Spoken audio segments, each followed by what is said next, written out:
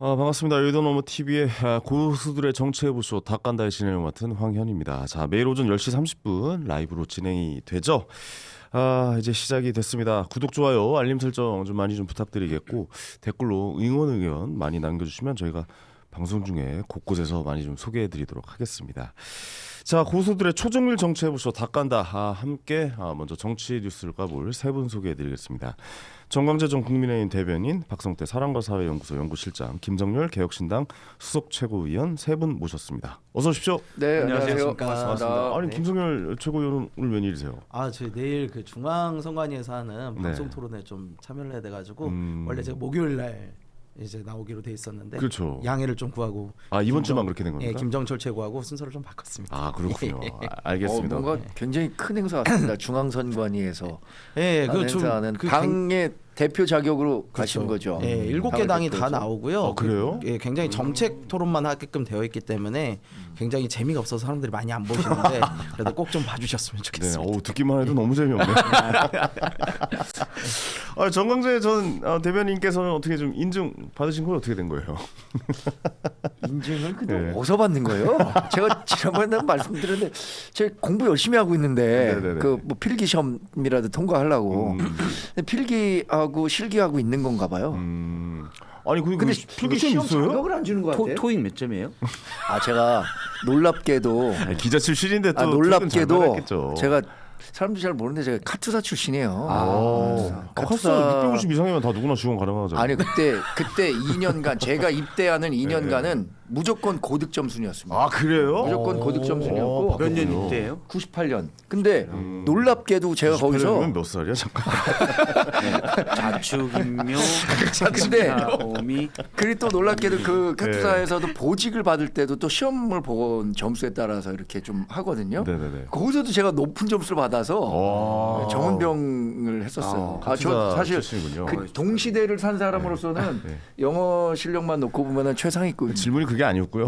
인증 어떻게 받냐고. 거구나. 인증 어떻게 받는 거예요? 뭐 시험 보는 거예요? 아니면 뭐 면접 보는 거예요? 일방적으로 인증서를 찍어서 이렇게 몇 명을 몇 명 줬구나 그냥 이미적으로. 네, 인증서를 받은 분들이 있어요. 제가 볼 때는 네. 인증은 관상을 보는 것 같아요. 관상이 있다. 5명이 됐죠. 미디어 대변인, 네. 김기흥 연수굴 당협위원장, 손수조, 박민영, 이재능. 박민영 받았네. 박민영 받았어요. 박민영 받았어요.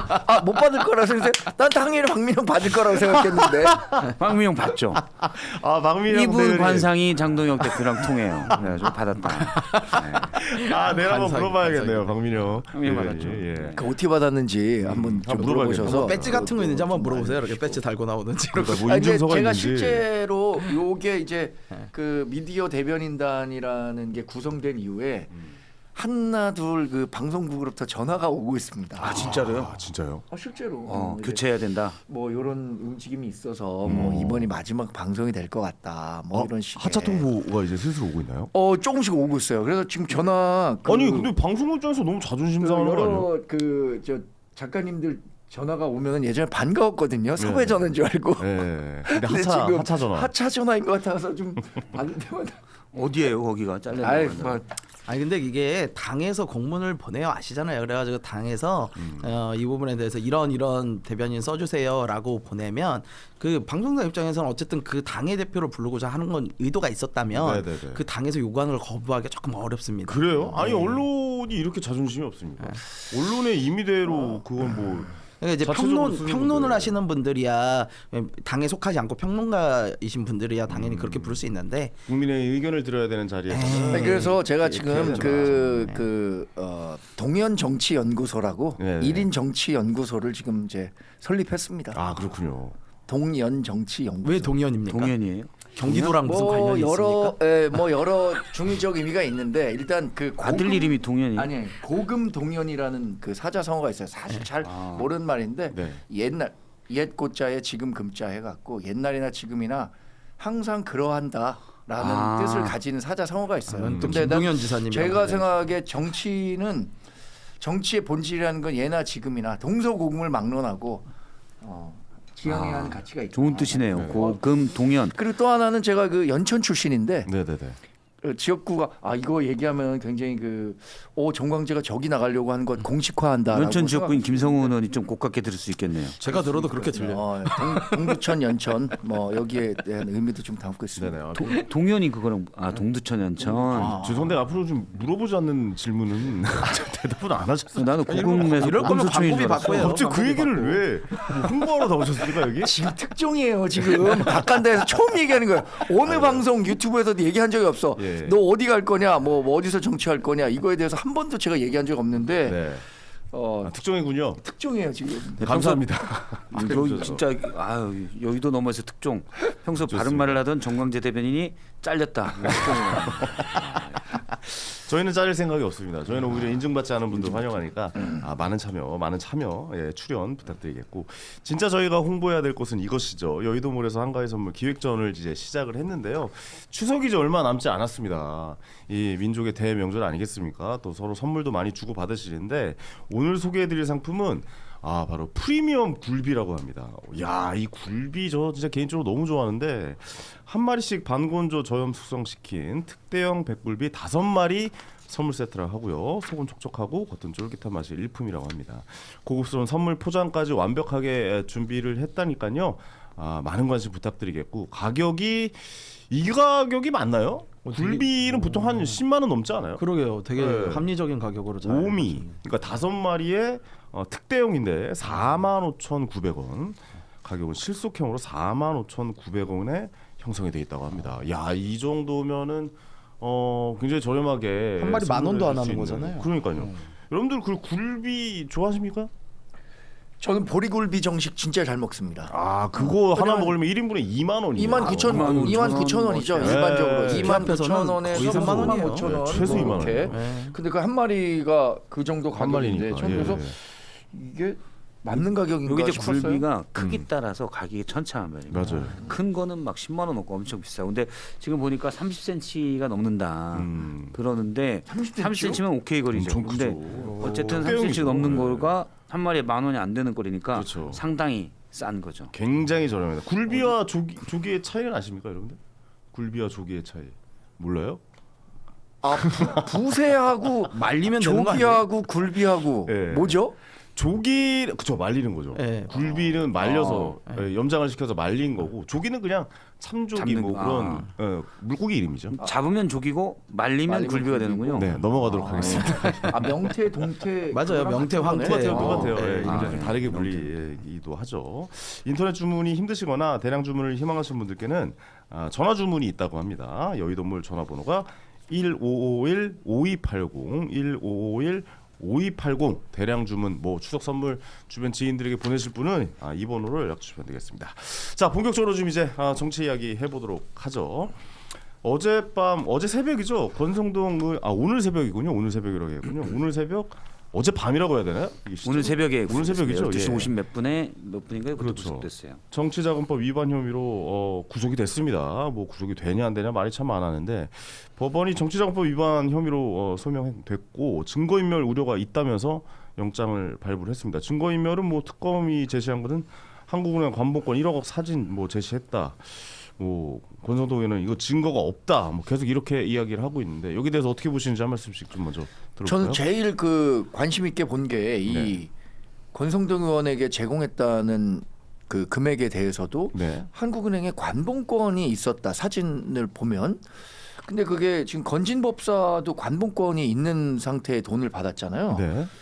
관련해서 뭐 의심해 볼 만한 대목이 더 커진 것 같아요. 그러니까 이게 결국에는 통일교에서 온 자금은 다 확실한 것 같다. 건진법사의 자금 출처에 대해서도 지금 확정된 건 없는 거잖아요.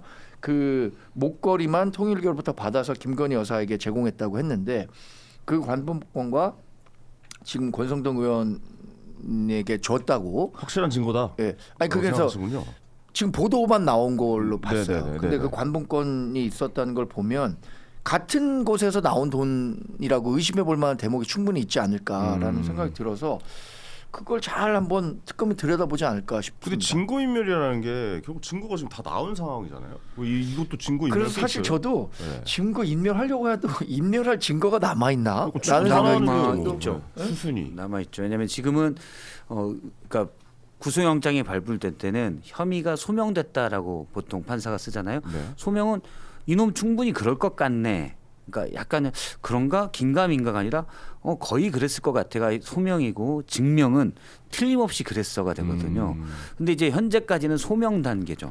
그러니까 예를 들어서 돈을 증거가 사실 차고 넘치잖아요 지금. 근데 명확하게 네. 돈을 받았다고는 현재까지는 확신 법원에서는 의심할 여지 없이 합리적 의심을 배제할 수 없을 정도로 받았다. 여기까지는 아직 모르죠. 그거 네네. 이제 재판부에서 가야 되는데 뭐 판결 나올 때까지는 뭐 아무도 모르는 그렇죠. 거죠. 그런데 예. 그런 증거들이 더 나올 수가 있다. 더 나올 수 있다고요? 그럼요. 현재로서는 요것만으로는 유죄받기는 이제 저는 뭐 유죄 때릴 수도 있다고 보는데 아주 100% 장담하기는 어려울 수가 있죠. 근데 더 뭐 수사를 해서 거기서 좀 더 나와야 기소 단계까지 가서 보면 좀 나올 것 잠깐만요. 같아요. 그러면 지금 상황으로 봤을 때는 요 정도 나온 거로는 무죄 나올 수 있는 가능성도 있습니다. 가능성도 일부죠. 왜냐하면 이전에 홍준표 전 시장도 네. 1억 뇌물죄가 무죄 대법원에서 최종 2심까지 유죄했는데 대법원에서 최종 무죄가 나왔어요. 네네. 그건 준 사람이 쪽지가 있는 거죠. 물론 준 건 성완종 전 회장이 줬는데 성완종 전 회장이 이제 극단적 선택을 하면서 고인이 돼 버렸잖아요. 네. 그래서 이제 그런 게들이 좀 적고 여기는 건넨 사람이 윤영호 본부장인데 윤영호 본부장이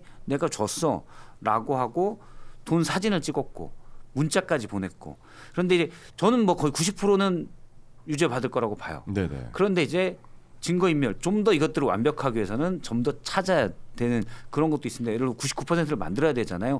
근데 권성동 의원이 한 걸 봐서는 일단 차명품 만들었죠. 네. 보좌관 이름으로 차명품 만들어 썼죠. 그다음에 윤영호 본부장 조서 받고 나온 다음에 비서관이 택배기사한테 전화해주고 의원님이 좀 통화 좀 하는데 택배기사가 어떻게 그렇게- 제가 왜요? 그래가지고 들켰잖아요. 이거는 증거를 인멸하려고 한다. 계속. 그러니까 이게 추가로 나올 수도 있는데 안 나올 수도 있어요. 근데 나올 수도 있는데 그걸 인멸하려고 한다. 네네네. 이걸 본 거죠. 이게 그 이 혐의의 특징이에요. 뇌물죄나 정치자금법은요, 이게 쌍벌 규정입니다. 양벌 규정. 즉 준 사람도 처벌을 받고요, 받은 사람도 처벌을 받아요. 그럼 무슨 일이 벌어지느냐? 일단 현장을 잡기가 매우 어렵습니다. 현장에서 그걸 포착해 가기가 매우 어려워요. 그리고 돈만 가지고 있을 때 이 돈이 어디서 어떻게 흘렀는지 알기도 매우 어렵습니다. 자, 그럼 가장 여기서 중요한 거는 준 사람과 받은 사람의 진술이 매우 중요해요. 근데 이 진술을 갖다가 둘이 말을 맞추면 어떻게 됩니까? 이게 바로 증거가 인멸되는 겁니다. 아. 예, 그렇기 때문에 이 양벌 규정에 있어서는 언제든지 증거 인멸은 가능해요. 둘이서 소통한 것만 가지고도 검사 측에서는 이건 증거 인멸 시도가 있었다라고 볼 수 있고요. 판사도 이게 왜냐하면 입증하기가 매우 어려운 사건임을 알기 때문에 네. 이런 거에 대해서 이 정도만 봐도 아 이거는 혐의가 있네라고 볼 수 있는 거예요. 그래서 이 뇌물죄나 정치자금법 이런 것들에 대해서는 구속영장이 다른 것보다 좀 더 쉽게 나올 수 있다. 구속영장은 쉽게 나온다. 네, 생각보다 쉽게 나올 수 있다. 물론 그걸 입증하는 건 좀 달라요. 왜냐하면 입증하는 것은 또 이게 둘이 말을 어떻게 맞추냐에 따라서 뇌물죄와 정치자금법은 둘 다 돈을 준 건 똑같거든요. 네네네. 근데 다만 대가성 여부가 있느냐 없느냐가 굉장히 갈리는 거예요. 그렇죠. 무엇을 원하고 줬느냐. 그렇죠. 그런 것도 이 사람의 의도, 이 준 사람이 내가 이거 받으려고 이거 줬어요라고 말하는 순간 뇌물죄가 되는 거고, 나 이거 상관없이 그 사람 정치 도와주려고 했어요. 정치자금법 이 형량이 매우 낮아져요. 그러니까 이런 것들 관련해서도 언제든지 둘이 말 맞춰서 혐의도 바꾸고 형량도 바꾸고 다 가능해요. 그러니까 둘 중에 한 명은 무조건 구속시켜놔야 된다. 아니 그러니까 예. 증거 인멸의 위험성이 다른 범죄에 비해서 매우 높기 때문에 그래서 구속영장을 좀 더 다른 것보다 좀 더 쉽게 발부할 쉽게 수밖에 나왔다. 없다. 네네네. 예, 그리고 저는 그리고 권성동 의원의 이 정도 상황이면 구속영장 발부하고 남았던 상황이로 그 보여요. 증거가 뭐 너무 많으니까. 예, 그리고 상황이 너무 정황상. 중하잖아요. 예. 저기 이제 그렇죠. 정치자금법으로 현재 구속영장이 청구가 됐는데 네네네. 정치자금법은 이제 정치자금을 대준 거잖아요. 불법적으로. 네. 뇌물은 확실한 대가성이 말씀하신 대로 있는 거고 뇌물죄가 훨씬 형량이 높아요. 근데 뇌물죄로도 볼 수가 있거든요. 그러면 그걸 이제 만약에 권성동 의원이 혼자 다 먹고 그다음에 그거의 대가로 예를 들어서 뭐 연사로 한다든지 아니면 당시 윤석열 당선인과 용화성이, 윤영호 본부장과의 예. 자리를 만들어 줬다든지 이런 것들이 들어갔다. 그러면 이제 대가성이 들어가 버리면 이거는 뇌물죄가 되는 거죠. 형량이 훨씬 셉니다. 네네. 그러면 이걸 피하기 위해서 권성동 의원인 측에서 다른 걸 할 수도 있잖아요. 그걸 말 맞추기를 한다든지 그렇기 때문에 그런 우려는 늘 있다. 법원에서 그런 것도 예상합니까? 뭐 예를 들어 이번에 1억이잖아요. 문제가 됐던 돈은. 근데 약간 이 이후에 뭐가 당선이 되고 난 이후에 뭔가 돈을 더 줄 수도 있을 가능성에 대해서도 보는 겁니까? 지금 뭐 한학자 총재에게 큰절하고 네. 한학자 참 어머니이시죠. 그분께 큰절하고 쇼핑백 받아갔다는 진술이 또 추가로 나오고 있어서 네. 그분과 관련한 혐의에 대해서도 수사가 이루어지겠죠. 저는 박승태 의원님 지금 얘기하신 것처럼 이 사건 처음 불거졌을 때 2015년에 있었던 홍준표 그 전 대구시장의 정치자금 수수 관련 그 수사랑 굉장히 데자뷰가 된 측면이 많다라고 비슷하다고 생각했어요. 보시는군요. 예. 성완종 경남기업 회장이 2015년에 극단적 선택을 하면서 쪽지를 남겨놓죠. 거기에 이제 홍준표 당시 의원에게 1억이라는 메모를 남겼는데 그것을 전달한 사람이 언론인 출신이에요. 그리고 그때 당시에 그 진술의 일관성이 떨어진다라고 결정적으로 그 법원에서 판단했던 건 액자, 그러니까 당시에 홍준표 전 대구시장이 원내대표라고 썼는데 원내대표실에 굉장히 어려운 네 글자의 고사성어가 써 있었는데 그 언론인 출신이 내가 한자 많이 아는데 저거 뭐지? 이렇게 생각할 정도로 어려운 그거였다. 그 아마 척당불기인가 뭐 그랬을 거예요. 네. 근데 그 액자는 사실 원내대표실에 그 당시에 돈을 줬다는 시기에 있었던 게 아니다라는 것을 홍준표 의원이 증명했어요. 그러니까 이게 법원에서는 이거 객관적 증거로 보기가 어렵다라고 진술자의 발언을 이렇게 인정하지 않은 거죠. 그래서 결국엔 3심에서 무죄가 된 거예요. 1심 유죄, 2심 무죄, 3심 무죄였었거든요. 근데 저도 지금 뭐 그 박 의원님과 의견을 같이 하는 거는 당시에 성완종 경남기업 회장이 살아 있었다면 좀 달라졌을 것 같아요. 아 근데 지금 당시의 분위기가 그 결과는. 전체적으로 돌아가는 분위기가 많이 다른 게 이게 권성동 의원이 받은 돈이 대선 자금으로 쓰였을 가능성에 대해서 이야기를 하고 있는 거잖아요. 그러니까 개인 차원에서의 사건이 아니라 국민의힘 전체에 대한 이야기로 좀 돌아가고 있는 것으로 보여지거든요. 그래서 뭐 마지막으로 남긴 메시지가 뭐 피냄새 맡은 민주당의 상어떼처럼 몰려들 것이라는 이야기가 나왔어요. 그럼 이게 전체적으로 국민의힘에 대한 그림으로 가야 되는 게 맞는 건가? 대선 자금으로 수사가 확대될 수 있는데 네. 실제 대선 자금일지 아니면 권성동 의원이 개인적으로 먹었을지 이거는 봐야 될 것 같아요. 네. 아직 거기에 대한 정황들은 좀 안 나오고 있다. 그러니까 예를 들어서 10억을 받았어요. 이건 가정입니다. 쇼핑백 2개로 만일에 10억을 받아서 이거를 당시 윤석열 후보에게 보고를 하고 한학자가 10억이나 줬네요. 고마운 친구군 해서 그 돈 가지고 뭘 써? 그러면 이게 대선 자금으로 되는 거죠. 네네네. 근데 거기는 저는 뭐 개인적으로 그랬을 가능성도 있고 안 그랬을 가능성도 있다. 혼자 또 권성동 의원이 나름 중진으로 또 캠프의 중요 인사로서 그냥 본인이 그걸로 뭐 위에 안 알리고 그러니까 캠프의 공식적으로 안 알리고 썼을 가능성도 배제할 수 없다라고 봐요. 네. 그건 이제 수사 진행 상황을 좀 봐야 될 것 같습니다. 그 수사 진행에 있어서 가장 중요한 게 사실 이런 사건은 돈의 흐름이 제일 중요하거든요. 그렇죠.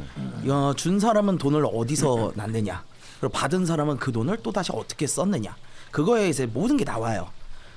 근데 이제 여기에 또 특이한 게 관본권이 등장을 하잖아요. 저는 국회 기재위를 하면서 관본권을 본 적이 있어요. 그 일반인들은 잘 모르셔요, 관본권이 뭔지. 이게 왜 확 다른 거하고 달라가지고 딱 보이냐면요. 일반 우리가 은행에서 현찰을 뽑아가지고 하면 500만 원 정도 단위로 묶여가지고 이런 띠로 이렇게 둘러가지고 거기 도장 하나 찍어서 줍니다. 근데 관본권은요, 이렇게 굉장히 두꺼운 노란색 띠지를 가로 세로로 묶어요. 가로 세로로 묶어서 나와요. 그러니까 네네네. 누가 봐도 일반적인 돈이 아니에요. 그러니까 그리고 새 돈이고. 그러니까 이런 것들은 관본권은 한국은행에서 나올 때부터 한국은행 이거 시중 은행에만 주는 거거든요. 은행에다 주는 출처가 거예요. 있는 거죠. 그렇죠. 예. 그러니까 특별하게 누군가한테 줬을 때는 반드시 그것이 기록이 돼 있을 거다. 그러면은 과연 이 관본권은 어디서 나왔는가? 그거부터 보면은 쫙 실마리가 풀리고 나중에 또 이거는 어디에 쓰였는가? 이것까지 나올 거라고 봐요. 네네. 그러니까 이런 수사에서 검찰이 가장 힘든 게 돈의 흐름인데 저는 관본권을 내밀었다는 것 자체만으로도 검찰이 어느 정도 흐름을 잡아가고 있다. 이렇게 돈이 보여요. 어디로 근데 흘러갔을지 알고 있을 것이다. 그 돈이 그 출처는 저는 뭐 말씀하신 것처럼 파악할 수 있겠지만 용처는 파악하기 어려울 것 같은데요.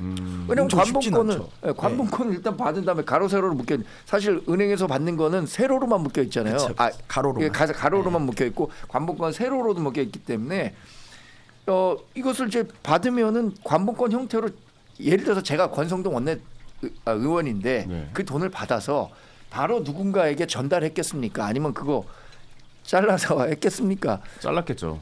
그죠, 상식적으로 그렇잖아요. 네. 그럼 용처는 제가 파악하기는 어렵다고 보고 그걸 만약에 그대로 당에 갖다 줬다 이러면 모를까. 뭐 저는 당에 갖다 용처를 준다는 건 어디다 갖다 준다는 얘기예요?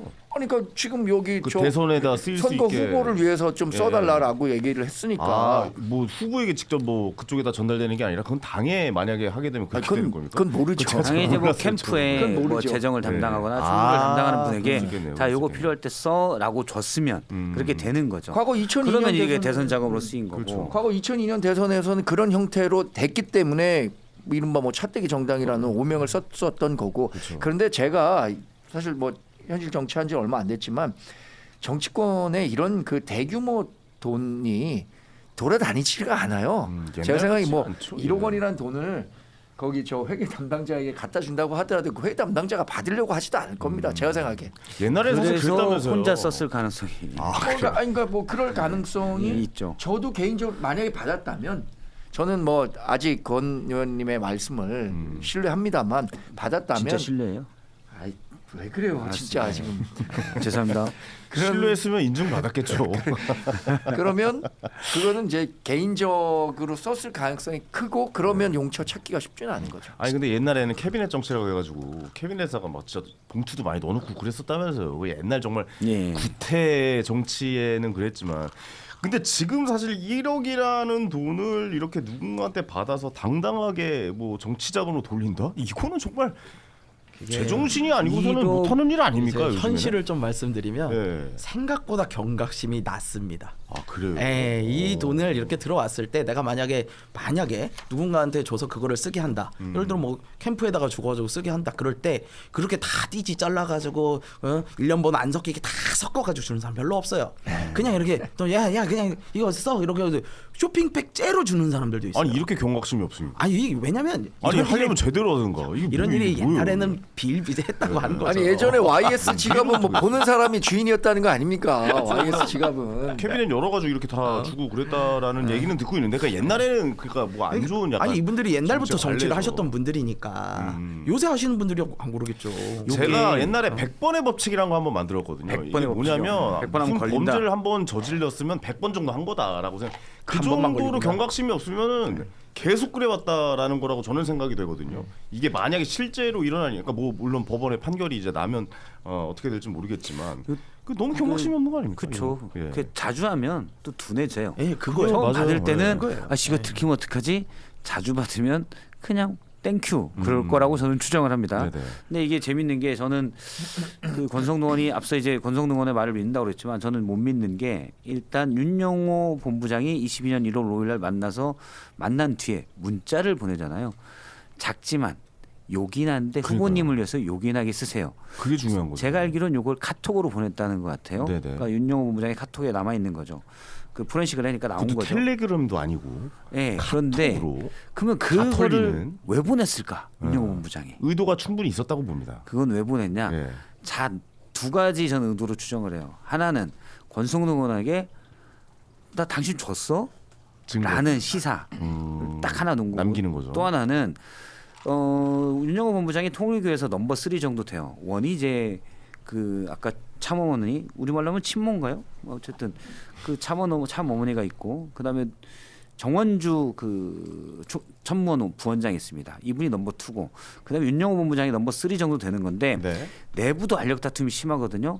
너 혹시 그렇겠죠. 돈 빼가서 네가 먹은 거냐 배달 사고 하냐 이런 걸 방지해서 줬다는 증빙을 자기가 갖고 있으려고 한 거예요. 제가 볼 때 이분이 그 톡을 좀 보관했다 그런 것 같아요. 그러면은 근데 권성동 의원이 이분 나름대로 머리를 쓴 거죠. 그렇죠. 예. 머리를 쓴 거예요. 예. 양쪽으로. 예. 그러니까 내부에서 혹시 자기를 견제하려는 사람이 나중에 작업 칠 수 있으니 그렇죠. 내가 줬으니까 이런 문자를 보냈지. 라고 내가 미친놈 아니면 안 보내고 내가 배달 사고 하고 이런 걸 어떻게 보내. 그렇죠. 그 부인이 이모 재정국장이 돈 관봉권 아까 말씀하신 사진을 찍어놨잖아요. 그것도 금고에서 나왔으니 그냥 나와서 내가 이상한 게 간 게 아니라 이 돈 그대로 갑니다라고 본인이 이제 증명하려고 사진 찍어놓은 거라고 보거든요. 근데 저는 이제 거기서 재밌는 게 권성동 의원의 답이에요. 답이 없었잖아요. 없었어요. 네. 근데 만약에 여기서 내가 갑자기 그때 준 거 1억 잘 받았지? 라고 얘기해봐요. 무슨 소리야? 안 뭔 받았어. 개소리야 이놈이 누구 잡으려고. 뭐 주지도 않고 뭔 소리 하는 거예요? 이게 상식적 대응이죠. 네. 특히 정치인 주고 아니 주고. 아니요, 근데 그게 거기서 그렇게 말을 못 하잖아요. 거기서 내가 안 받았다라고 말을 할 수가 없잖아요. 이게 최선의 대응인 거예요. 아니, 사실은 저렇게 권성동 그러니까 했으니까. 진짜 안 받았으면 네.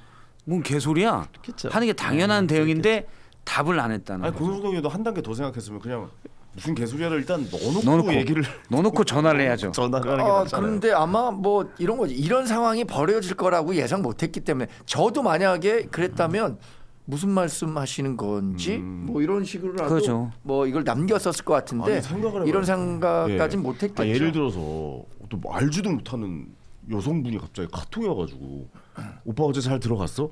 뭐 이러면 사실 뭔 소리야 누구세요? 그렇죠. 그런 일이 없으면은 당연히 그렇게 얘기하는 게 당연하죠. 예. 그러니까 물론 바빠서 못 봤다, 대답을 못했다라고 할 수도 그렇게 변명할 수도 있겠지만 사실은 정치인들이 내가 돈을 안 받았는데 요긴하게 쓰셨을 때 이놈은 나를 음해하려고 하는구나, 나를 엮으려고 하는 의미가 본능적으로 느껴요. 그렇죠, 정치인은. 당연히 당신 뭐야 이렇게 나오는 게 상식적인 거죠.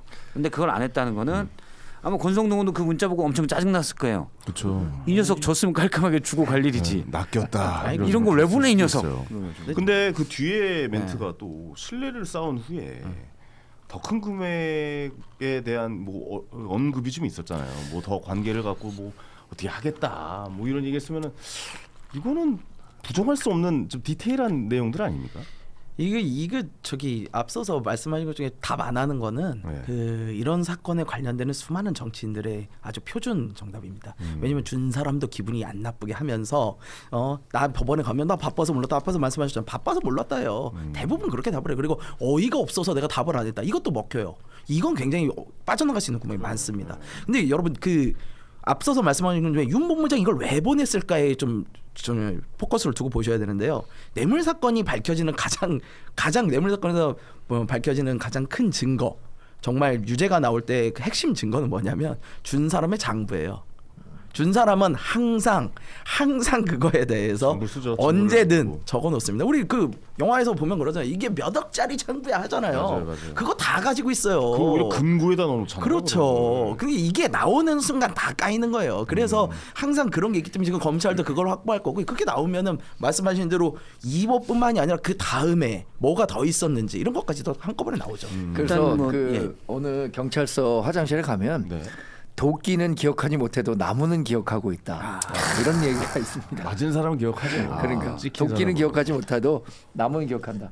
또 하나 아까 100번의 법칙 얘기하셨는데 이게 네. 보험에 하인리 법칙이라고 있어요. 맞아요. 예. 큰 하나의 대형 사고가 나기 전에는 비슷한 종류의 29가지 사고가 나고 29가지 사고가 나기 전까지는 이와 비슷한 징후 300번이 있었다 이건데 아까 뭐 100번의 법칙 본인의 경험에서 네. 아니 이제 그거 보고 빨아서 만든 거예요. 황현이의 법칙을 하죠. 황현이 너무 외국어로 써 있어서 힘들어. 참 어머님은 네. 친모가 아니라 진모 아니에요? 진모입니다. 아 진모. 참이슬. 진모. 진모. 미안해요. 자 이상한 소리 그만하시고. 근데 저 일단 작가님 너무 빵 터지셨네 지금 진모에. 날짜를 돌이켜 보면 22년 1월 5일 날 여의도 중시장에서 만나고 그리고 돈을 1억 서포트 메모에 나오죠. 그리고 문자 보낸 게 요긴하게 쓰세요. 그리고 1월 12일 날 같이 동석했던 세계일보 부회장에게 신뢰할 만한 수준을 지원을 했다라고 하잖아요. 신뢰할 만한 수준. 자, 신뢰할 만한 수준이 뭐예요? 우리가 보통 얘기할 때 신뢰할 만한 수준이라고 하는 거는 계약금이에요. 금액이죠, 금액. 예. 네. 우리가 계약을 왜 해요? 아파트 살 때, 집 살 때 계약을 하는 건 뭐냐면 서로 간에 이 거래 합의한 걸 깨지 않게 그렇죠. 신뢰할 만한 수준으로 돈을 거는 게 왜냐면 그 일부 계약금인 거죠. 계약을 깨면 그 계약금은 그분한테 줘야 그렇죠. 되니까. 네. 자, 그러면 보통 아파트 계약금은 부동산 계약금이 10%잖아요. 네. 1억이 신뢰할 만한 수준이면 10억. 본판은 최소한 그 정도 되지 않겠냐. 아, 10억 정도. 이런 추론이 가능한 거죠. 느낌으로 갔다. 그런 의미에서 좀 보면 오늘 또 한학자 통일교 총재 구속영장이 청구가 될 수가 있죠. 이거 어떻게 보세요? 검찰 조사는 뭐 받는 거고 구속영장이 청구가 될까요? 무조건이죠. 무조건이에요? 네, 그건 뭐 노래도 있잖아요. 근데 이분 좀 몸이 안 좋다는 얘기도 무조건이야. 있고 예? 뭐 심장 쪽이 뭐 좀 안 좋다라는 얘기도 있고 그거는 이제 그렇잖아요. 보통 검찰 출두하기 전에 아파지죠. 네, 아파져서 평소에 미뤄왔던 스승이죠. 뭐 네. 시수 같은 거 받고 이렇게 하는 건데 근데 구속영장 신청한다고 하더라도 한학자 총재에 대한 구속영장 발부 가능성은 좀 낮은 거 아닌가요? 지금 윤영호 세계본부장도 구속 상태가 아닌데 네네. 천다는 사람 또 윤영호 본부장이잖아요. 음. 한학자 총재까지 구속영장 윤용호 부장이 아닌가요? 이거 상태 아니에요. 정치적으로는 괜찮아요? 윤영호 본부장 구속 상태면은 이 증거 인멸의 우려도 없어지는 거지 사실. 그렇죠. 정치적으로는 괜찮습니까? 근데 이거는 좀 약간 자, 미국 쪽의 문제도 좀 있잖아요. 연관성이 있어서. 이제 종교 탄압으로 아마 그 프레임을 가져갈 가능성도 있고요. 네. 그리고 앞서서 말씀하신 것처럼 직접 당사자, 그러니까 권성동 의원에게 뭐 문자를 보냈거나 뭐 이런 직접 당사자가 아닌 그 위에 사람이 우리가 배우로 의심된다는 이유로 네. 갑자기 구속영장을 청구하면요 증거가 부족할 경우가 많아요. 근데 그러면은 저와 우려되는 건 딱 그거예요. 우리나라에서는 구속영장을 만약에 청구를 했다가 이게 기각이 되잖아요. 그러면은 죄가 없는 줄을 아는 사람들이 많아요. 그렇게 그리고 볼 수 실제로 있죠. 그 사람들은 내가 죄가 없으니까 구속영장 기각된 거 아니냐라고 말씀들을 하고 다녀요. 네. 그러니까 이런 부분에서 특검이 아무리 급하고 좀 그런다 하더라도 저는 특검 진짜 신중하게 하나하나 따져보면서 차근히 좀 준비를 해가야 된다. 이 정당성이나 수사의 실력에 대해 의심을 받기 시작하면 굉장히 어렵다. 네네. 그런 생각이 들어요. 미국과 특별교육 윤용호 관계도 부장은 있죠. 구속됐습니다. 구속 기소됐어요. 구속 기소됐어요. 구속 지금 양쪽 다 기소됐고. 그럼 준 사람 받은 사람 다 구속되어 있는 상태예요. 예, 그렇죠. 그런데 그런 상황에서 특히 윤영호 본부장이 계속 엄청난 기록들을 해왔거든요. 한학자 총재, 앞서 말한 참모 말고 진모의 지시에서 이걸 했다라고 다 했기 때문에 저는 발부될 가능성도 충분하다. 그러니까 앞서 말한 구속의 핵심은 예전에는 좀 범죄 혐의가 크고 중범죄자다. 보통 이제 실형 3년 이상이 나올 것 같다. 네. 그러면 이제 구속을 발부하는 경우가 많이 있었거든요. 그럼 그냥 3년 이상이다 무조건 구속 예상이 될 때. 그런데 지금은 아직 이제 무죄 추정을 하는 거죠. 그래서 인신구속을 그렇게 막 하면 안 된다. 요게 많아서 그러니까 혐의가 어느 정도 소명되고 그 다음은 도주와 증거인멸 이걸 더 크게 봐요. 네네네. 범죄가 있더라도 도망 못 갈 것 같고 증거인멸 안 할 것 같은데 그러면 법원 판정 날 때까지는 일단 지켜보자. 방어권을 보장해다. 이렇게 되는데 지금 한학자 일단 영장 청구는 저는 뭐 100% 영장 청구 되겠죠. 네. 99.9, 0.1을 이제 비가 많이 와서 뭔가 사회적으로 딴 일 해야 될 때 그때 빼고는 무조건 청구합니다. 네네. 그리고 발부냐, 저는 요 가능성도 70-80% 이상이라고 보는데 왜냐하면 일단 소환에 3번을 응하지 않았고 그다음에 모든 혐의를 부인하고 있어요. 그러면 윤영호 본부장이 예를 들어서 캄보디아 프로젝트, 메콩강 프로젝트라는데 본인이 그러면 그 캄보디아에 지원하면서 통일교 뭐 권성동 하면서 그걸 지원해달라고 한 거잖아요. 그래서 대외협력기금 차관한도 확 늘고 지원했는데 윤영호 본부장이 개인이 거기 가서 뭘 하려고 했냐? 이렇게 보기는 어렵죠. 이건 통일교 일이에요. 그리고 윤영호 본부장이 통일교 간부들을 모아놓고 강연을 한 적이 있습니다. 거기에서 윤 당선인과 내가 1시간 동안 독대를 했다. 도와주기로 했다. 그러니까 윤영호 본부장 한 모든 일은 통일교 일을 한 거죠. 네. 개인 일이 아니고. 그렇기 때문에 저는 아무리 한학자 총재가 그런데 모르는 일이에요. 걔가 이상하게 해서 걔는 이미 우리가 배제한 사람입니다. 라고 주장을 해도 법원에서 그걸 받아들이기 힘들어요. 그다음에는 그러면 구속이 필요하냐. 그러니까 증거인멸과 도주의 우려가 없냐. 도주는 아니겠지만 일단 천정구에 꽁꽁 숨어 있을 가능성이 있죠. 그렇죠. 거의 요새잖아요. 그렇죠. 네, 그렇기 지금 때문에 계속 발부될 요새. 가능성도 있다. 그리고 영장 청구에 대해서는 일부에서 트럼프가 미국 내 통일교 세력에 의해서 자꾸 이런 거 문제 있는 거 아니야라고 한다고 좀 하는데 정치적으로 해석하는 게 좀 화가 나긴 하지만 네. 어쩔 수 없지 않아요? 근데 네. 저는 투 트랙으로 봐야 된다고 봐요. 예를 들어서 그 이제 치유 복권 같은 건데 네. 미국인이 우리나라 사람을 여기서 때려도 우리나라가 체포할 수 있습니다. 대사관 안에서 지네들끼리 뭘 하는 건 그거는 이제 알아서 하게끔 돼 있어요. 네네네. 협정이. 그런데 통일교가 한학자 총재가 어쨌든 국내에 있기도 하고 국내 관련 범죄인데 트럼프 눈치 보고 안 한다? 그건 말이 안 되는 거죠. 제가 볼 때는 병자호란 전까지는 그게 좀 통했어요. 근데 그게 우리가 그 다음에는 안 통합니다. 그리고 근데 지금 뭐 미국이랑 엮여 있는 게 많잖아요. 뭐 예를 들어 지금 이 관세 문제도 그렇고 지금 일본 자동차 관세가 지금 이제 시작이 됐는데 우리나라는 그거 아직도 협의도 안 받고 뭐 여러 가지 이제 외교에 뭐 해야 될 문제들이 많다 보니까 아무래도 눈치를 안 볼 수 없지 않나라는 생각이 들긴 하거든요. 그거는 그 투트랙으로 봐야 되죠. 그리고 특검이 원래 그런 거 눈치 보는 조직은 잘 아니에요. 그렇죠. 특검은 그냥 가고 그 다음에 미국에서 일단 구구들이 미국 내 구구들이 통일교나 한국 내 구구랑 연계돼서 그런 움직임은 있죠.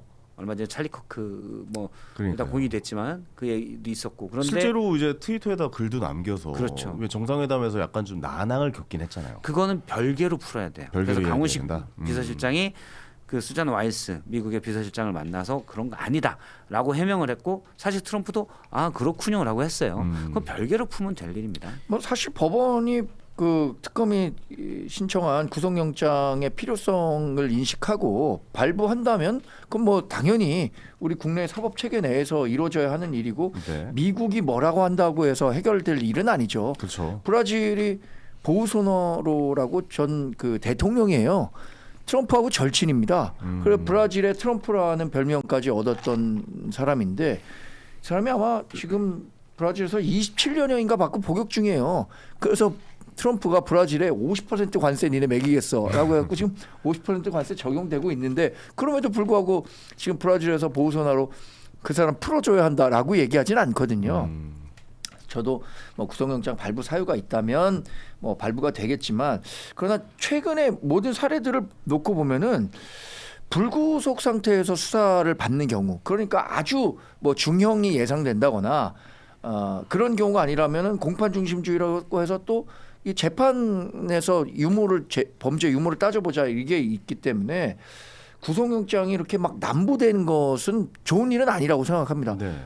뭐 가장 비근한 예로 소년보 목사 세계로 교회 목사에 대한 구속영장이 발부됐잖아요. 이 부분과 관련해서 당연히 법원에서 발부한 거 뭐가 문제냐 이렇게 얘기하는 분도 있죠. 그러나 과거의 그 사례를 놓고 봤을 때 공직선거법 위반이라든가 교육학원 자치법인가 뭐 이거 위반으로 자치 교육 있어요. 이 법 위반으로 구속영장이 발부되는 전례가 있었느냐? 네. 근데 없었다는 거잖아요. 그럼 그 문제 갖고 정치적 주장은 당연히 우리 당 뭐 장동혁 대표 가서 하기도 했지만 할 수 있는 얘기라고 생각합니다. 알겠습니다.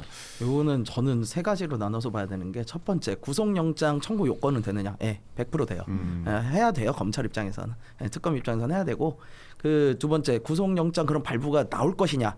요거는 특검이 어느 정도의 증거를 어떻게 신빙성 있게 드러내느냐, 즉 특검의 실력이에요. 그래서 특검이 저는 이거를 굉장히 잘해야 된다. 기각되지 않도록 할 거면 정말 잘해라라는 이야기하는 거고 마지막으로 세 번째 트럼프 관련 이야기는요. 이것 때문에 말씀을 드리는 건데 아니 정의의 여신 DK 있잖아요. 법을 상징하는. 눈을 가리고 있어요. 눈을 가리고 있어야 됩니다. 그 사람이 배경이 뭐고 누구랑 친하고 이런 거에 따라 가지고 판단이 달라지면 법치주의가 흔들려요. 이거는 우리가 관세를 100% 만든다 하더라도요. 트럼프랑 친구라고 그래서 범죄자로 봐주면 됩니까?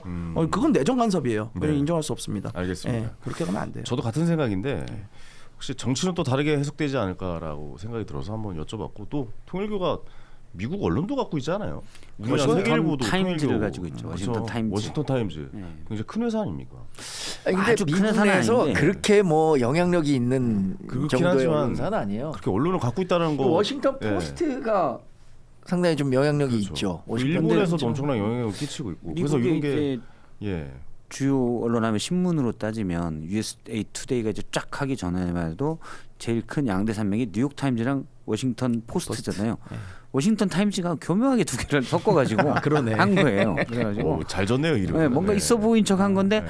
아주 영향력이 그런 건 아닌데 아무래도 미국 내도 신도가 10만 명 이상이 있거든요. 그러니까요. 집단적으로 그런 세를 할 수가 있잖아요. 그래서 공화당 경선에 영향력을 줄 수도 있고, 그러니까 정치인들과 이 언론을 가지고 있는 건 그 언론을 통해서 미국 내 공화당 정치인들과 소통 창구가 되는 그런 역할들은 하는 것 같아요. 통일교라는데 참 미스테리한 곳이네요. 일본 그 아베 총리 뭐 그때 좀 안 좋은 일이 있었을 때도 연관성이 있다라고 나오고 미국에서도 이렇게 큰 영향력을 끼치고 있다라고 그러고. 근데 통일교의 교세는 상당히 줄어들었습니다. 일본 사건이 엄청 일본 사건도 그렇고 일단 문선명 총재가 휴거 상태에 들어갔잖아요. 휴거. 그 이후 또 한학자 총재가 그걸 받고 이후에 그 칠남인가요? 이름은 문형진. 문형진 그분이 미국에서 또 그 일종의 생추어리. 그 상속권 분쟁이죠. 네. 그걸 겪으면서 통일교가 국내에서도 미국에서도 일본에서도 교세는 상당히 줄어들었어요. 하나 그래서 누가 이런 얘기를 하더라고요. 야, 문선명 총재 시절에 이런 일이 발생했다면 지금 광화문 광장이 난리가 났을 텐데 이 한학자 총재의 통일교 내에 이 장악력 아니면 영향력 이런 것들이 확실히 떨어져 있기 때문에 지금 이렇게 끌려다니는 네네. 거다라는 얘기도 하더라고요. 알겠습니다. 요 이야기는 여기서 마무리 짓고 검찰에서 과연 어떤 결정을 내릴지 그리고 발부가 되고 실행이 될지 한번 좀 지켜보도록 하겠습니다. 잠깐 좀 저희가 슈퍼챗 좀 소개를 해드리겠습니다. 황금무님께서 10,000원 계좌 후원 보내주셨고요. 글로벌 요다님께서 10,000원. 정강재 닭간다 공식 인증 패널 임명하죠라고 보내주셨습니다. 임명해드립니다. 감사합니다. 자 이슬이님 10,000원. 계좌원으로 이슬이님이 또 10만 원 보내주셨고요. 예, 아유 감사합니다. 예, 이렇게 많은 분께서 또 이렇게 보내주셨습니다. 데이비드 팡님께서 5,000원 후원해주셨고요. 정광재 대변인님 개혁신당으로 오세요. 이참에 응원합니다.라고 보내주셨고. 어떻게 반응해야 되나요? 개혁신당으로 오시라는 얘기가 있네요. 네. 이슬이님께서 또 여의도 너무 멤버십 가입해 주셨다고 합니다. 다음 주로 넘어가 볼게요. 그 얘기 좀 해보죠. 나경원 법사위 간사 어제 그 투표까지 했더라고요. 네. 예, 투표하는 거는 그 기표소까지 가지고 투표하는 건 저는 좀 처음 본 것 같은데 이거 간사 그냥 좀 해주면 안 돼요? 이거 보통은 이렇게 시끄럽게 할 그렇게 얘기인가 이게? 네. 저는 좀 이해가 안 민주당의 돼요. 영향력이 있는 박성태 네. 의원님께서 박성태 의원님 쓴소리 한번 해주십시오. 저는 거기 샤인머스켓으로 통해가지고 영향력이 없어요. 아니 이거 어떻게 생각하세요, 박성태? 진짜 그 실장님께서 한번 좀 얘기해 주세요. 아 이거 이렇게까지 저는 시끄럽게 할 이전에 얘기인가? 이 자리인가요? 다른 방송에도 얘기한 게 네. 뭐 시끌시끌은 할만한데 네, 결국은 그러니까요. 간사 선임을 해줄 거다라고 네. 했죠. 그리고 지난번 사실 합의안 김병기 원내대표가 송원석 원내대표가 했던 합의안에는 나경원 의원의 법사위 간사 선임의 건도 들어가 있었습니다. 네. 근데 일단 합의안이 파기됐죠. 더 센 특검법과 함께 됐던 거에 대해서. 그리고 이제 거의 법사위가 전쟁터가 됐어요. 네. 저는 이제 개인적으로는 전반적으로 뭐 기소됐고 재판을 받고 있는 사람이 법사위 간사 또는 이렇게 하는 건 부적절하다고 생각을 해요. 일단 제전제 1. 근데 2 관례적으로 다였어요. 민주당도 해왔고 다였기 때문에 뭐 지적은 할 수 있겠지만 그거 진짜 확 써서 막을 일이냐? 그거는 저는 이제 아니라고 본 거죠. 여기 좀 네네. 관례적으로 해왔으니까 네네네. 그 관례가 없어져야 되는 건 맞는데 하필 야당 때부터 한다? 법사위를 민주당이 다수를 차지하고 있는 상태 그건 부적절하다고 생각을 해요. 근데 이제 또 나온 게 어제 박지원 의원이 지적을 했는데 뭐 그 알고 있던 바지만 사실 연계를 못 시켰다가 남편이 춘천 그 나경원 의원의 남편이 춘천 지방법원장이거든요. 그러면 자 부군이 가족이 법원장을 하고 있고 물론 내부적으로 뭐 그렇다고 다 손 이럴 건 아니지만 이해충돌 우려가 있기 때문에 아니 근데 그거는 그러니까 미리 처음부터 그 얘기를 하고 나서 처음에 얘기를 하면 상관없지만 미리 간사 안 된다라고 정해놓고 갖다 붙이는 거잖아요. 지금 분위기는 계속해서 이유를 그쵸. 만들어내고 이유를 있는 어제 거니까. 추미애 위원장이 뭐 4개 이상을 댔는데 네. 그중 하나로 됐죠. 근데 저는 그거는 이해충돌 우려는 그 정도면 좀 센 이해충돌 우려다라고 생각을 해요. 근데 네. 국민의힘에서 그러니까 자 여기까지가 제 생각이고 대신 정치적으로 봤을 때는 네. 국민의힘에서 일단 지금 법사위에서 그러고 있는 장사가 나쁘진 않다고 봐요. 저는 국민의힘 입장에서는 오히려 이슈몰이의 그렇죠. 입장인가요? 왜냐하면 전반적으로 뭐 계엄을 두둔하고 있다거나 뭐 전환길 씨 뭐 이런 부분 여러 이슈와 쟁점에서 그러네요. 여론의 지형은 제가 그냥 볼 때는 7대3 정도로 국민의힘이 바보짓들을 하고 있는 경우가 많거든요. 근데 법사위에서 싸우는 문제는 이거 5.5 대 4.5, 5 대 5 이런 판이 되는 하긴 거죠. 그러네요. 왜냐하면 저 역시도 그렇게 얘기하고 있잖아요. 그렇죠. 그냥 해주면 안 돼요. 이거 그러면 그냥. 민주당으로서는 네. 다른 이슈에서 다 지금 국민의힘 워낙 똥볼을 차고 있으니 똥볼은 안 좋고 X볼을 차고 있으니 어쨌든 우세한 지형인데 굳이 법사위에서 큰 대립각을 만들 필요가 없는 거죠. 그렇죠. 그래서 저는 민주당 이거를 세게 이렇게 가져가는 건 정무적으로 좋지 못하다고 생각을 해요. 아니 나경원 의원이 그렇게 무섭냐라고 누가 또 올려주셨네요. 아니 근데 이거 말이 안 하랑님께서. 돼요. 말이 안 되는 게 뭐냐면 네. 저 국회 10년 넘게 있었잖아요. 다른 당의 간사를 하는 거예요. 우리 당 간사가 아니라고요. 네. 우리가 스포츠 경기를 하는데 다른 팀 주장이 내가 보기에 저 주장 진짜 안 좋은 사람이야. 그럼 가서 그 팀한테 야, 얘 주장 뽑지 말 거예요? 그러니까 이상하잖아요. 아 이게 무슨 말이냐고요 도대체. 난 이해를 할 수가 없어요. 그리고 뭐 이유를 쫙 댔다 그러잖아요. 죄송하지만 그 이유를 제가 18대 때부터 국회에 있으니까 18대, 19대, 20대, 21대 다 돌려서 보세요. 본인들 간사들은 안 그랬었는지. 이해 충돌이요?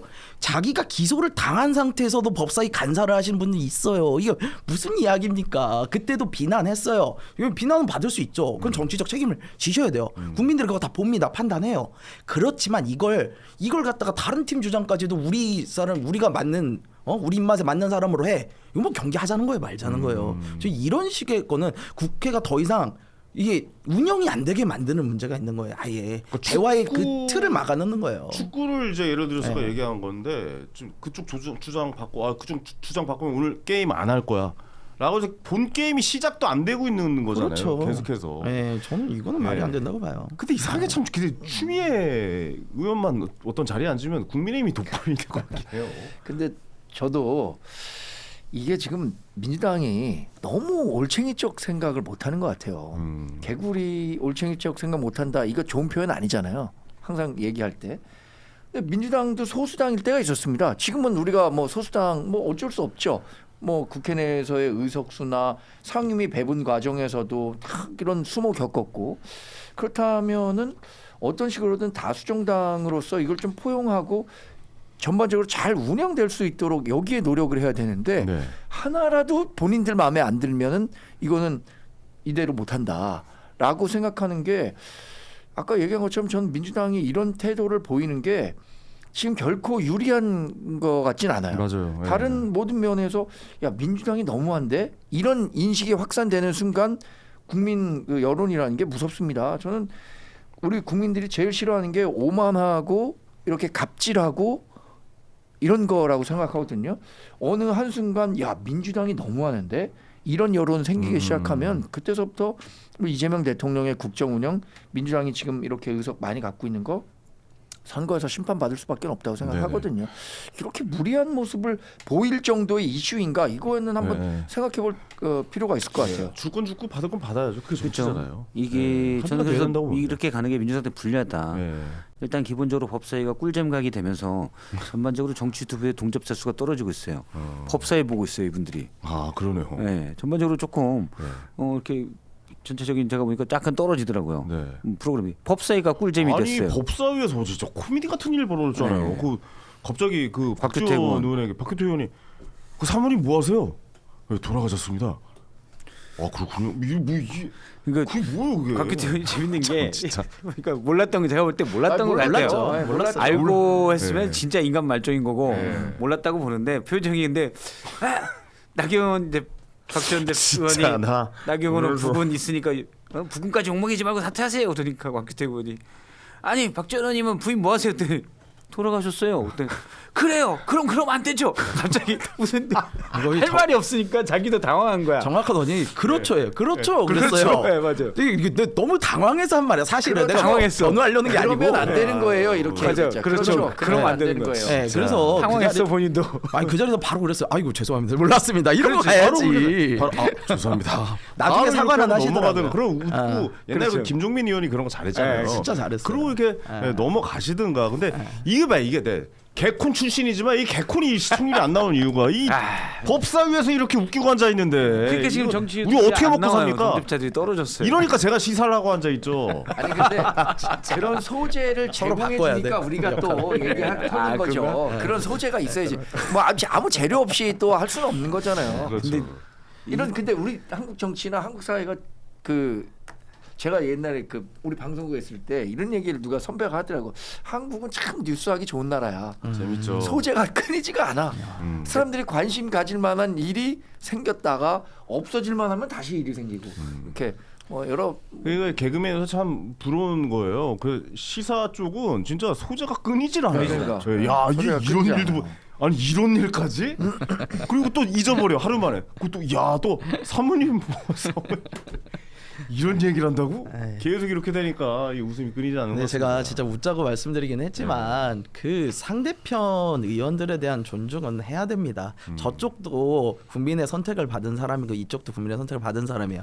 적어도 서로의 신상 관련한 내용이나 이런 거는 아니 국회가 제가 처음 들어왔을 때에 비해서 솔직히 품격이 너무 떨어지고 있다고 생각해요. 맞아요. 그 이 품격이 떨어지고 있는 것 자체가 국민들이 조롱하고 국회의원들을 안 좋게 보고 하는 거를 스스로 만들어내고 있다고 봐요. 안 그러셨으면 좋겠어요, 맞아요. 진짜로. 네. 네. 저 개인적으로 정치인분들 뭐 사석에서도 많이 뵙고 뭐 이런 방송에서도 많이 뵀는데 딱 그분들을 마주하면요, 저는 약간 멈춰요. 그러니까 뭐냐면 화내는 모습만 본 거야.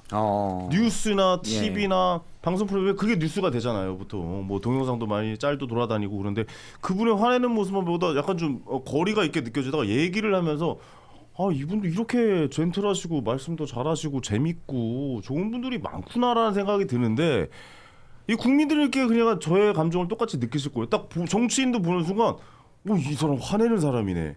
약간 이런 인식이 있거든요. 이거 좀 맞아요. 이미지들을 스스로 좀 바꾸셔야 되지 않을까 싶어요. 사실은 일부 유튜브 편집하는 곳에서 지금 예를 들어서 대변인실 브리핑 생중계 되잖아요. 그거를 일부 쇼츠를 만들어 가지고 뭐 몇몇 방송사들이 있습니다. 거기서 쇼츠로 제목 촥 해가지고 해요. 그게 조회수가 많이 나오는데 대개는 되게 선정적이고 일부 맥락만 따서 그런 게 많거든요. 그렇죠, 맞아요. 앞뒤 다 자르죠. 그렇죠. 거기에 대해서는 이규현 홍보수석이 우려를 표한 바가 있어요. 일부 방송들에서 그렇게 하는데 그렇게 해서 기자들을 공격하는 거는 소송을 당할 수도 있다. 이렇게 해가지고 했는데 마찬가지로 정치인들도 그런 게 좀 있어요. 뭐냐면 딱 어제도 막 뭐라고 했어요. 그럼 이제 국민의힘은 국민의힘대로, 민주당은 민주당대로 약간 갈린 이쪽 유튜브나 매체에서 호통 참교육해줘. 이걸로 나가요. 그럼 그걸 자기 걸 본 사람은 자기로 검색했는데 잘 썼군. 그러면은 나중에 또 그렇게 됩니다. 그게 이제 거기에 대한 피드백을 느끼고 하다 보면은 자꾸 그렇게 가게 돼 있어요. 약간. 맞아요. 그게 저는 약간 구조적인 문제라고 봐요. 네. 정치인 개인을 만나면 사적인 자리에서 만나면 야, 이 사람 참 좋은 사람이구나 그거 라는 많아요. 평가를 많이 하게 돼요. 네. 그런데 이게 진영 논리가 가미되기 시작하면 그 사람도 통제하지 못하는 게 분명히 있을 겁니다. 맞아요. 전 뭐 누가 아까 제가 인증 패널 이런 거 관련해서 얘기를 했으니까 장동혁 대표랑도 친하지 않아? 장동혁 대표 저 친하죠. 아주 뭐 좋은 분입니다. 개인적으로 아주 카메라 보고 얘기해 주세요. 장동혁 대표 저 아주 친한 분이고 빨리 인증 주세요. 어디 가서. 지난해 저기 뭐 BGM 같이 좀 잘 깔아주세요. 비겁합니다. 이렇게 다녔지만 그러나 또 정치적 지향점이 다르기 때문에 그거와 관련해서 예를 들어서 저에게 예를 들어서 인증 패널을 했다라고 한다면 장동혁 대표를 지지했던 사람들이 야 우리가 너 정광재 인증 패널 시키라고 당 대표 시킨 거 아니잖아. 물론 이게 저에 대한 처우 때문에 이렇게 할 건 아니지만 네네. 그렇게 얘기할 거 아닙니까? 그래서 그 정치적 진영 논리가 가미되기 시작하면 정치인들이 서로 이렇게 스파이럴 된다 그러죠. 고조될 수밖에 없는 상황이라고 생각하고 네. 유튜브에서도 저도 뭐 참교육 영상 많이 당했죠. 뭐 여러 그 뭐 방송이나 나가면은 진보 진영에서는 진보 진영 나름대로의 그 구미에 맞게 편집하고 우리 진영에서는 우리 진영에 맞게 편집하고 그러니까 이게 여하튼 이 유튜브라는 게 긍정적인 효과도 있지만 분명히 이렇게 정치 양극화에 크게 기여하는 부작용도 있는 것 같아요. 네네. 알겠습니다. 빨리 정치로 돌아오셔서 그러니까 제 이야기는 좀 싸움 좀 그만하시고 줄 건 주고 받을 거 받으시고 협치하신다고 했으니까 대통령의 메시지가 계속 그렇게 나오고 있지 않습니까? 그런 부분 좀 정치인분들이 많이 좀 수용해 주셨으면 좋겠다 이렇게 좀 말씀드리고 다음 주로 넘어가 보도록 하겠습니다. 자 이제 지선 얘기 좀 미래에 대한 좀 이야기를 해보죠. 서울시장 선거 오성연대 가시화 또 이런 주제로 좀 이야기를 나눌 텐데 오세훈 뭐 서울시장이죠. 내년 지방선거 개혁신당과 합당 선거 연대 중요하다라는 이야기를 했고요. 이준석 대표 역시 내년 지방선거 오세훈과 연대 가능성에 거의 한 팀이라는 이야기가 나왔습니다. 자, 요 지점 개혁신당 아무래도 이야기를 들어야겠죠. 같이 간다고 봐야 되는 겁니까? 지금 분위기가 어때요? 저는 이 부분에 대해서는 명확하게 말씀드릴 수 있는데요. 개혁신당이 움직이는 건 없습니다. 오세훈 시장께서 움직여야 뭐 돼요? 저희는 늘 저희의 네. 입장에서 뭐 누구든 오시면 대환영이죠. 게다가 오세훈 시장님 같은 좋은 정치인 또 큰 분이 오신다면 제가 진짜 맨발로 나가죠. 원래 두 예. 분은 사이 좋았잖아요. 옛날 그 그럼요. 당대표와 그 지방선거 후보일 때도 연대를 많이 하시면서 서울시장 당선을 이준석 대표가 많이 도왔다. 이 정도로 그리고 분석할 수 오세훈 있잖아요. 시장이 이준석 대표의 능력을 굉장히 높이 샀고요. 대선 예. 후보로 나올 때도 이준석 대표가 다시 와야 된다 뭐 그런 얘기 많이 그럼요. 했었죠. 그래서 두 분의 사이 나빴던 적이 없어요. 나빴던 적이 없고 정치적 지향점도 그렇게 크게 다르다고는 생각하지 않습니다. 네네네. 물론 갈리는 부분은 분명히 있으나 어느 정도 화합해서 갈 수 있는 부분이 있다고 생각하는데 네. 중요한 거는 저희는 어쨌든 뭐 선거 연대니 선거 연합이 이게 아니라 지금 자생을 굉장히 자력으로 이번 지방선거에 개혁신당 후보를 만들어서 당선을 시키는데 최선을 다하고 있기 때문에 네네. 오히려 이런 이야기는 글쎄요. 저가 보기에는 일단 저희가 확실히 후보를 내 가지고 선거를 뛴다라는 전제가 확립된 다음에 다른 분들이 오셔서 도와주시면 좋겠다. 저희는 끝까지 간다. 요거부터. 왜냐면 지난 대선 때 우리 보고 단일 안 한다 안 한다. 내가 진짜 마지막 날까지도 단일 안 한다 했는데 다 단일한대요. 진짜 너무 힘들었거든요. 이번에도 마찬가지입니다. 이번에도 그래도 많이 좀 도와주시면 좋을 것 같다. 그럼요. 하지만 저희는 독자적으로 갈 수 있는 곳까지는 가겠다. 그럼요. 저희는 일단 저희의 자생, 자력으로 국민 앞에 심판을 받겠다. 이렇게 하고 있습니다. 알겠습니다. 서울시장이나 경기지사 후보 냅니까? 내야죠. 내야죠. 당연히 내야 됩니다. 이 지방선거는요. 첫 번째 투표용지에 이름이 없는 한 그 밑에 지역들이 다 어렵습니다. 첫 번째 투표지에 저희 개혁신당의 기호가 있어야 돼요. 네. 그래서 이제 4번을 찍었으면 4번 쭉쭉쭉쭉 찍습니다. 이거 매우 중요해요. 그렇기 때문에 어떻게든 내야 되고 그렇다고 또 아무나 낼 수는 없으니까요. 저희가 훌륭한 분들 잘 모셔가지고 한번 내보도록 하겠습니다. 이준석 대표는 혹시 지선에는 어떤 생각이 좀 있으세요?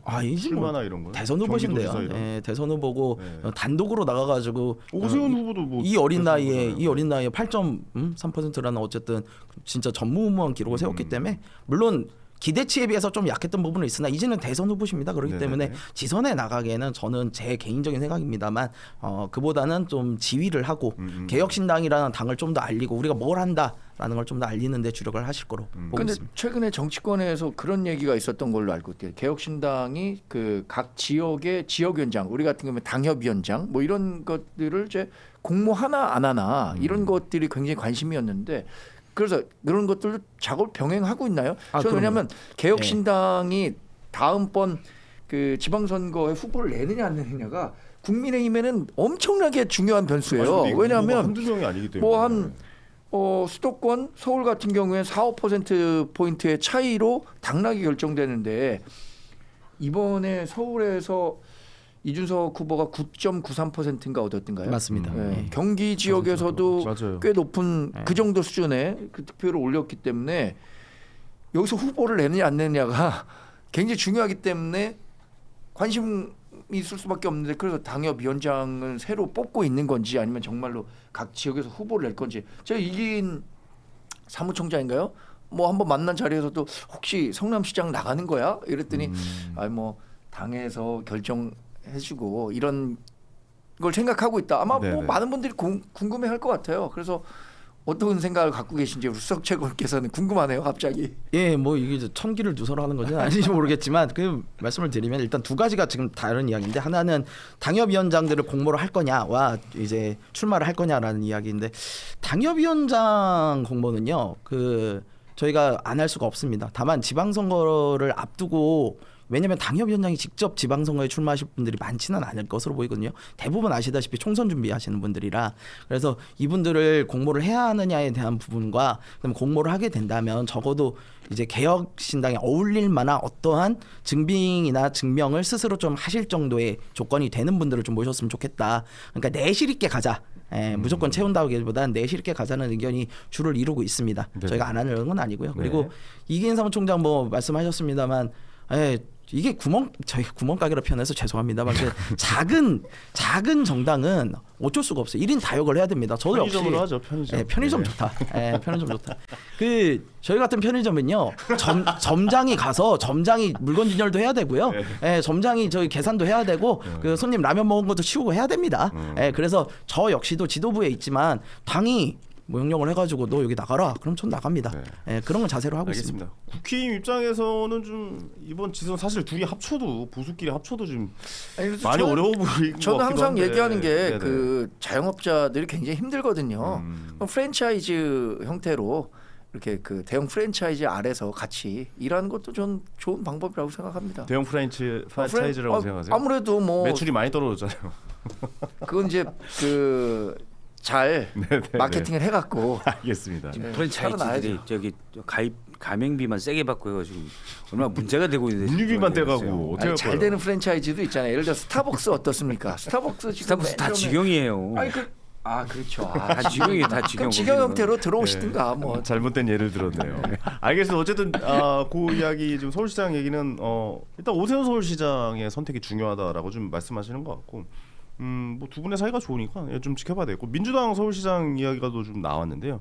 김민석 국무총리가 대정부 질문에서 서울시장 얘기가 아예 나왔어요. 질문 자체가 선거 출마 질문에 생각이 없다라고 답변이 됐습니다. 그럼 민주당 입장에서 서울시장 후보를 어떻게 되는 겁니까? 정청래 대표로 뭐 이렇게 좀 정청래 선언이 대표가 되는 서울시장 할 일은 없고요. 예. 예. 뭐 그럼 추미애 추미애 법사위원장은 경기지사에 관심 있는 경기지사 것으로 쪽으로. 알고 예. 있고, 예를 들어 뭐 전현희 의원, 박주민 의원, 박홍근 의원 이런 분들이 서영교. 다 그렇죠. 서영교 의원 서원에 네, 왔어요. 홍익표 의원, 홍익표 의원. 네, 소영교 의원. 너요? 다 얘기하세요. 정광재 의원이 얘기하니까 서영교 의원. 이렇게. 그리고 저기 구청장님 한 분 또 계시잖아요. 정원호 예. 성동구청장. 예. 여러분들이 있죠. 근데 다들 인지도가 사실은 높지 않아요. 이렇게 표현해 준 것처럼 덩어리가 좀 작지 않습니까? 그렇게도 볼 수 있죠. 네네네. 그래서 내부적으로도 제가 듣기로는, 제가 확인한 바는 아니지만 듣기로는 서울시장이 만약 오세훈 시장이 나온다면 어떨진 모르겠다. 네. 그러니까 오세훈 시장이 좀 왔다 갔다 한 것도 있지만 일단 계엄 정국에서 나름 크게 이제 계엄을 두둔하거나 그런 쪽으로 간 건 아니거든요. 물론 뭐 탄핵에 대해서 왔다 갔다 한 건 있습니다. 그건 당연히 비난받아야 되는데, 그래서 민주당 내부로는 약간 제가 볼 때 예를 들어 전현희 의원, 물론 민주당 지지층 내에서는 지지가 많은데 서울시장 선거에 나왔을 때 본선에서 이길 수 있을까? 뭐 박주민 의원 마찬가지고. 네. 그런 고민들이 좀 있는 것 같아요. 그래서 일단 김민석 총리에 대해서는 제가 예전에도 대통령실 있는 분을 뭐 뵀을 때 물어보니까 총리 자리는 함부로 빼면 안 된다. 그렇죠. 그러면 다시 인사청문회부터 하고, 이게 워낙 스트레스를 많이 받는 일이어서 네. 물론 인준이 뭐 과반 동의가 민주당이 절대 다수니까 어렵진 않지만 일단 피곤하잖아요. 그렇죠. 그래서 현재는 제가 봐도 대통령실은 일단 총리를 뭐 서울시장으로 빼거나 그럴 생각은 없다라고 보는데, 근데 지금은 이제 민주당이 우세하죠. 국민이 워낙 엑스보를 차고 있으니. 근데 내년 지방선거 돼서 상황이 어떻게 될지 모르죠. 저는 그래서 다급하면 지방선거 두 개예요. 그냥 서울시장, 경기지사 누가 하느냐. 그렇죠. 이게 그냥 이겼냐 졌냐예요. 네. 그렇기 때문에 어려우면 민주당에 생각보다 인물이 없네요. 인지도가 낮죠. 그러니까 일단. 생각해 보니까 별로 없네요. 아니면 이재명 대표가 네. 오랜 시간 그 일극 체제를 완성하는 기간 동안에 이재명만 보였지, 이재명 맞아요. 미팅에서 하면 아무도 그러네요. 보이지 않았던 거잖아요. 그러니까 이른바 잠룡들이 경쟁을 없었네요. 잠룡들이 경쟁을 하면서 이름값을 키워가는데, 김동연 지사. 지금은 거기는 잠룡이라고 공천받기 어렵다고 봐야죠.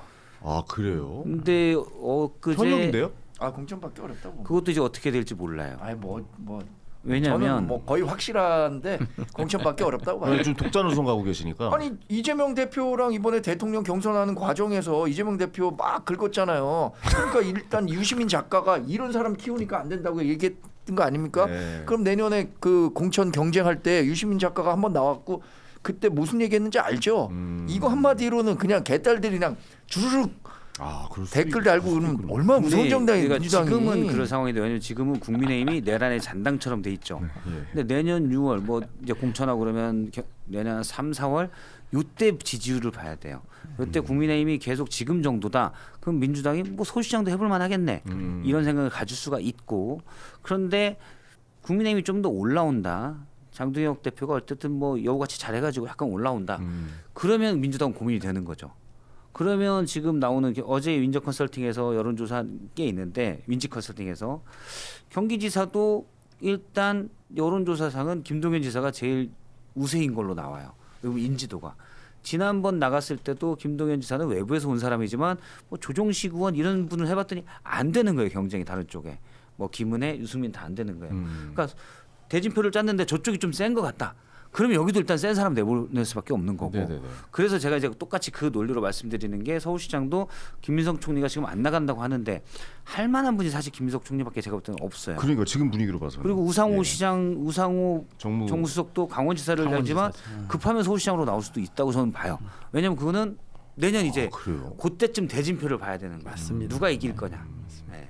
그러니까 재밌겠네요. 국힘이 네. 잘해줘야 돼요. 네. 국힘이 잘해줘야지 후보가 민주당 후보가 좋은 분들이 나옵니다. 맞아요. 예. 민주당에 있는 몇몇 그 정치인들은 사실 본인들은 어떻게 생각할지 모르겠지만 장기판에 그 조을 일 있잖아요. 조을이 아니라 뭐 한 차나 포 정도 되는 거예요. 차나 포를 어떻게 두는 사람 마음이지 그 사람들이 결정할 수 있는 게 아니에요. 김민석 총리 지금 안 나간다고 하지만 너밖에 밀면 없다. 나가니까? 너밖에 없다. 필요하면 나가야죠. 그러면 어떻게 할 겁니까? 근데 아마 김민석 총리는 또 약간 이런 정치적 계산도 할 것 같아요. 야, 오세훈 시장이 나오면 내가 질 수도 있는데 네. 내가 여기서 한번 더 기스나면 정치 인생 끝날 것 같은데 라는 생각도 분명히 할 것 같아요. 본인의 그 입장에서는. 그런데 네네.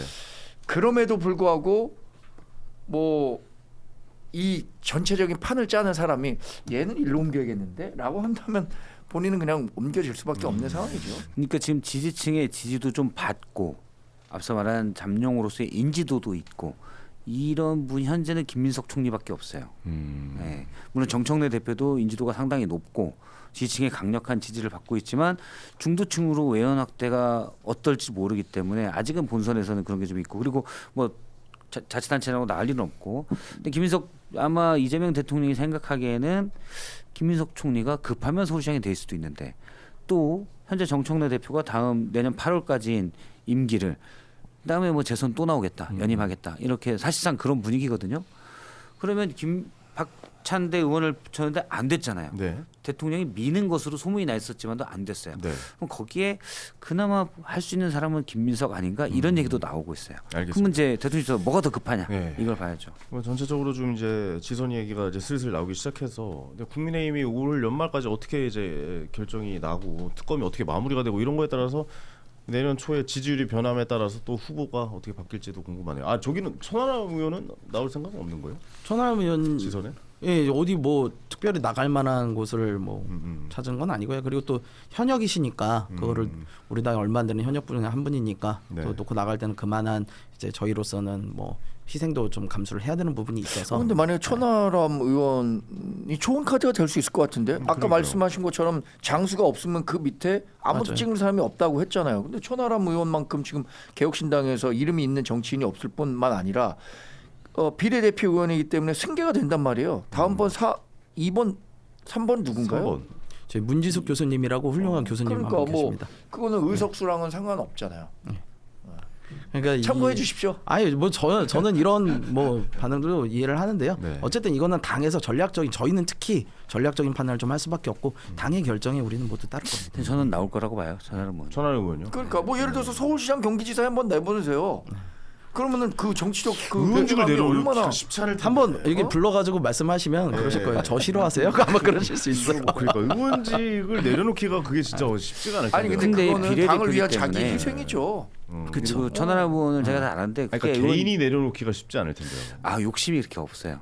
아니, 천하람 자기 의원이 희생이라니까. 그건. 예. 천하람 의원이요? 네, 그렇게. 그러니까 물론 지난번에 정말 아침에 간발의 차이로 됐잖아요. 네네네. 간발의 차이로 됐는데 그때는 본인이 얘기하더라고. 아 그때는 됐구나 약간 기분이 좋았지만 사실은 배지 달려고 막 그런 거는 천하람 의원이 별로 하지 않았어요. 그러니까 거기는 천하람 의원도 뭐 좀 길게 보는 스타일이어서 맞아요. 굳이 내가 지금 막 하려고 하는 건 아니다 이런 생각을 갖고 있는 성격이어서 근데 저는 보는 게 이준석 대표가 만약에 그 지방선거에 뛰지 못한다 후보로 뛸 수는 없죠. 사실 그건 지역구원이니까 그러면 누군가는 앞에서 좀 이름 있는 사람이 나와야 얘기해야 되는데 된다. 천하람 의원밖에 없어요. 요거는 그러니까 제가 자꾸 당의 그런 전략을 노출하는 것 같아요. 저는 함부로 말씀을 아니면 드리는데. 정광재 대변인 데리고 가서 아, 좋죠. 일단은 네, 동부천 그래서 시장이라도 훌륭한 분들을 모셔오는 게 당선될 지역 우선이고요. 있습니까? 개혁신당. 천하람 의원의 뭐 개인 성격을 들어본 적은 없습니다. 제 진짜 개인적인 생각은 뭐가 있냐면요. 천하람 의원만한 정치적 자산을 저희는 재선을 꼭 시켜야 돼요. 재선을 꼭 시켜야 되고 지역구를 갈고 닦아야만 합니다. 지역구 그래서 계속 순천으로 그거야 이제 본인이 지금 거기를 관리를 하고 계시니까. 예, 근데 저는 천하람 의원은 반드시 재선을 시켜야 되는 의원 중에 하나이기 때문에 그거에 좀 더 집중을 하는 것도 당의 전략적인 판단일 수 있다. 근데 알겠습니다. 제가 예전에 뭐 순천도 한번 놀러 갔거든요. 네. 천하람은 보러 국배째 안 할 때 네. 갔었는데 순천에서 인지도 높아요. 가면 막 그럼요. 또 덩치가 커서 멀리서 또 네. 저쪽 머리 하나 더 있으면 천하람이구나 이렇게 보여요. 근데 서울시장을이나 뭐 경기사를 만약 나간다. 서울시장이 나올 수도 있겠죠. 서울시장을 나간다 그러면 순천에 말씀하신 대로 지역구가 나가는 데도 더 도움이 돼요. 왜냐면 서울시장급으로 인지도가 한번 올라가는 거예요. 그럼 뭐 이제 또 장단점이 있겠죠. 예, 장단점이 분명히 어려운 있어서. 그 주제일 것 같아요. 이거 제가 생각에 개혁신당이 아까 얘기한 뭐 소형 편의점으로서 이게 점장이 어디까지 해야 되느냐. 편의점도 소형인데 소형 편의점은 너무 이상하지 않아요? 대형 편의점 해주세요. 아이. 근데 간판이 중심가의 편의점. 강남역에 있는 편의점을 해주시죠. 예. 아무튼 저희는 네. 그거에 대해서 하나하나 왜냐면 자원이 좀 많이 적다 보니까요. 자원의 효율적 배분, 그 효율성을 추구하는 거는 우리 이준석 대표가 누구보다도 잘하는 분이기 때문에 알겠습니다. 많은 고민과 그리고 본인의 생각과 이런 것들을 버무려 가지고 네. 전략을 잘 짜보겠습니다. 뭐 언제든 우산이 필요하면 큰 우산이 있으니까. 근데 그 요새 그 큰 우산이 살이 너무 막 흔들리고 자꾸 아니, 그거 바람에 좀 날아가고 고치면 되니까. 아, 우리- 같이 고치면 되죠. 같이 이게 뭐야 고치면. 정범재 대변인님이 차라리 행정가로서 한번 시작해 보시는 건 어때요? 아닙니다. 저는 연천 군수 괜찮아요. 동현. 한탄강 관리, 한탄강 유역 관리 제가 할게요. 아닙니다. 알겠습니다. 아, 오늘 또 닭간다 이렇게 좀 이야기 나눠봤고 계속해서 슈퍼챗 많이 보내주고 계십니다. 샴발라님께서 5,000원 더 후원해 주셨습니다. 황현희님 진행 항상 편안하고 즐거움을 주셔서 좋습니다. 여의도 너머에서 더 좋아지겠다는 개혁신당만이 대한민국의 미래입니다. 뭐 이렇게 또 좀 보내 개혁신당 응원을 해서 보내주셨습니다. 자, 고수들의 초정밀 정치해보시죠. 여의도 너머 TV의 닭간다 구독 좋아요 알림 설정 좀 마지막까지 부탁드리겠고요. 여의도 너머 채널 내 쇼핑몰 또 추석 특집으로 좀 많이 좀 준비가 되어 있다니까요.